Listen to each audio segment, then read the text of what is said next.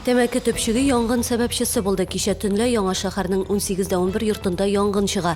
Өске каттан ташланган сүндерелмәгән тәмәке төпчеге ачык балконга эләгә. Лоджиядагы өстәлдә калдырылган китап дәфтәрләргә ут каба, фатир хуҗалары исә бу вакытта авылда балалар.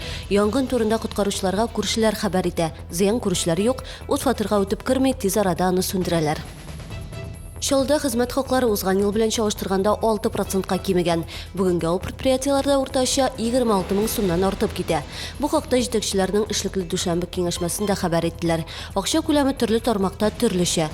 Быел кайнар элемтә телефонына 50 мөрәҗәгать кабул ителгән. Алар нигездә хезмәт хакларын вакытында түләмәүгә кагылышлы.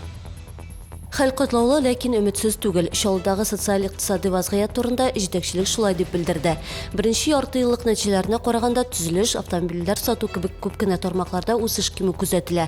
Бүгенгә шәһәрдә 2,5 меңнән артык эшсез теркәлгән. 24 мең тирәсе кеше кыскартылган эш атнасы режимында хезмәт куярга мәҗбүр. Һава торышы яхшыру белән юлларда төзекләндерү эшләре активлашты.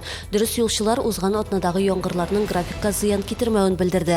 Бүген Сөембикә проспектында эшләр 2 сменада оештырылган. Шулай ук лесоцех юлларын ремонтлауга да кирештеләр. Башкарма комитет җитәкчесе биредә төзекләндерүне 30 августка кадәр төгәлләү бурычын куйды. Бу һәм башка хәбәрләр турында тулырак яңалыкларның кичке чыгарылышында ул 19 сәгать 10 минутта эфирга чыга.